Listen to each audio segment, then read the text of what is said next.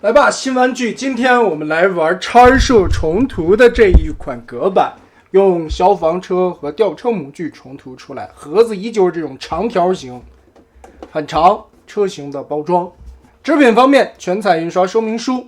信用卡材质的人物卡。人形方面就是这样的效果啊！哇，整体看起来的样子还是挺符合隔板的那个形象，包括后背折叠过来的背包变成两个小翅膀往前折，挺符合08动画里边的那个设定感觉。背后这一大堆的背包片片堆叠起来，也是把那个巨大的车厢愣叠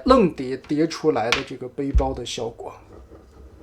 而整体的车身呢，也是变成了和消防车一样的那种感觉，头雕有重新的更换。其实这个隔板的头雕会更像 TFP 一点啊，但后背的这个翅膀又是08动画的一些元素。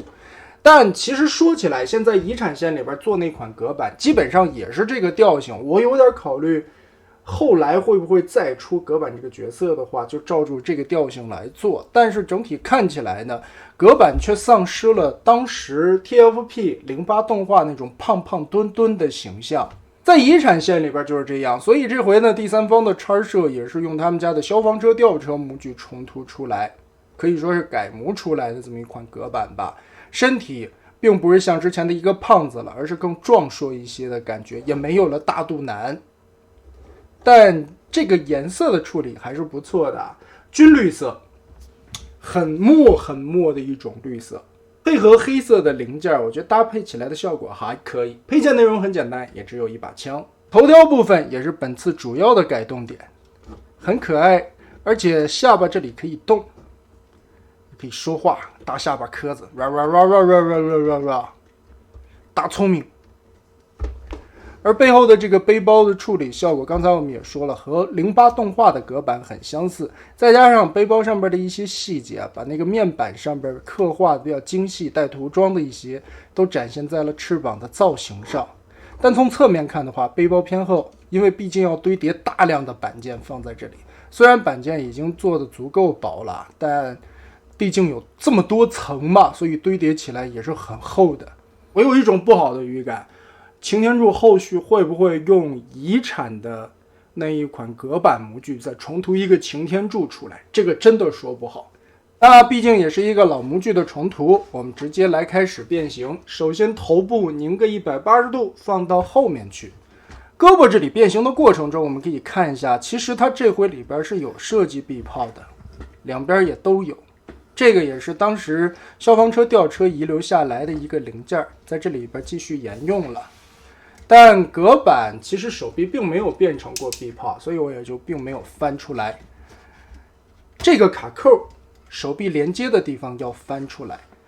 但在这个位置有一个小栏杆，这个是消防车身上的一个共用零件，但是在变成隔板的时候也就没必要把它翻开了，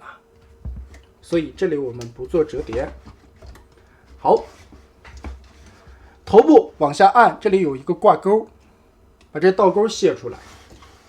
然后翻到侧面这里，往开拨这个地方，连接背后桩子处，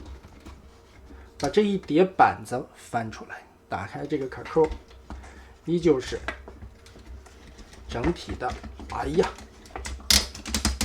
带有齿轮，把这个长长的连接杆给它盘开，拉这么老长，然后我们顺势回归，把这钩子挂上去，让车顶的这块板扣合放在这里。这一大坨先搭在这儿备用，我们先来变身体的部分吧。这两块挪开，180度旋转出来，胳膊打开一点点车门，在往回折叠的时候啊，再同时的进行旋转，放过来。两条胳膊变过来以后，刚才翻起来中间的卡扣进行结合，然后把两个手腕翻下来，拳头稍微的转一下备用，搁在这儿。轮子先往上推平，然后深灰色的边缘这里翻折90度立起来，再把这一片90度立起来锁住。小腿的部分从这个地方拆开，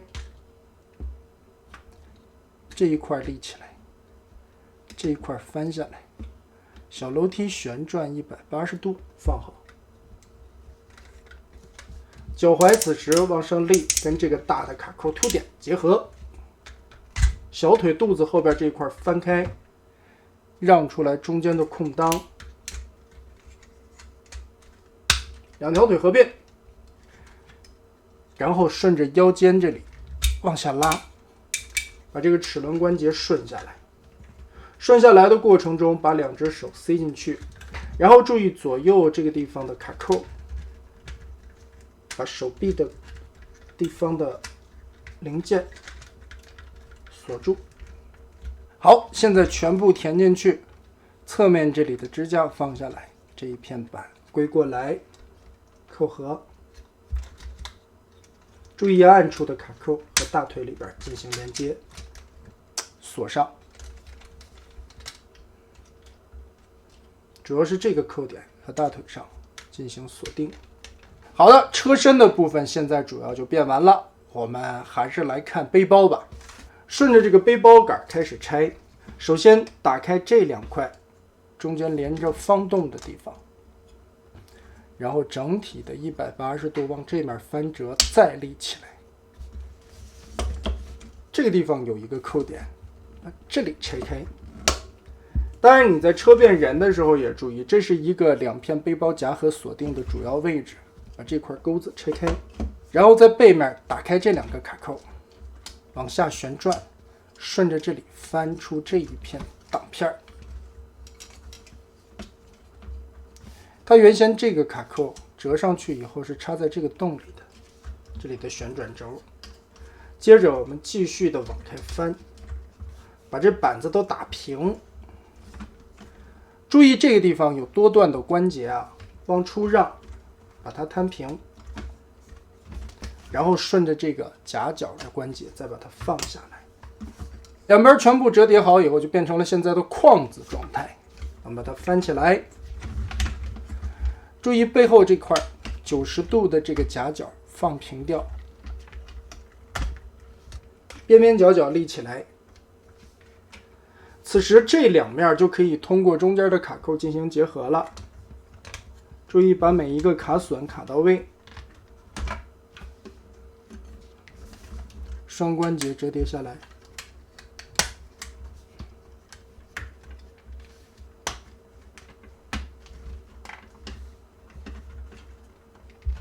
好的，现在这两片车厢基本上就全部延展开了。翻过来看，中间有很多的燕尾扣子锁定点，把这些地方都结合上，一层套一层的去结合。好了，现在车厢的部位全部拼完了。其实这个很简单的一个拼合，别看它的板件多，你顺着这个关节折的走向就行了，它是有防呆的，只能从单方向去折叠收纳。全部拼好以后，我们插这个车厢就注意了，先把这个杆子顺好，跟消防车的云梯一样，设成这样的90度夹角放下来，然后把这一块整个的先嵌进去，卡住了它。这块插合好，头部就放在后面，然后直接盖下来。盖下来的时候，注意这个地方造型的锁扣夹住，另外一边锁扣放下来夹住。整体来说吧，身体就是消防车的那个模具变形很简单，难点其实就是在这个背包上边了。后边的这个车厢分了很多的片儿，当然刚才也说了，很多的地方你看它这里都有做倒角处理，但这些边缘是没有倒角，所以你并不能反方向的去折，顺着它的关节走向来回的拼叠就可以了。造型来说做的也是非常讨喜的。当然之前嘛，叉社这款消防车吊车主打的就是一个车型的造型了，上面的倒车镜，车门也可以打开，这个地方也做了相应的处理，包括一些该有的车型元素也都有的，很漂亮。而后边新加入的这个货箱呢，上边的涂装以及面板的细节，小窗户这里也做了金属漆的颗粒感涂装，包括背后这里的楼梯以及车门，这个门是假的，打不开啊。非常不错的一辆车型了。可以说这款隔板也就是叉摄这个模具的一再利用吧。但你现在也得分怎么说，官方的遗产线隔板现在已经做出来了，叉摄直接照着背书就可以了。之前也说这个东西人形也是见仁见智，可能有的人喜欢这人形，有的人不喜欢，但车型方面来说是做的真不错呀，各种细节包括涂装配色的处理，看这些小的地方，铲子啦斧头啦，对吧，这些工具都有涂装刻画出来，包括车顶这里变形起来的难度不算高，尤其就算你不看说明书，如果你有一定的把玩经验，照着这个背包上边的关节走向折叠即可。如果稍微有一点绕嘛，说明书画的还是比较详细的。可能最难的就是小翅膀最后那个钩到尖儿的地方，一开始第一次变的时候有点懵，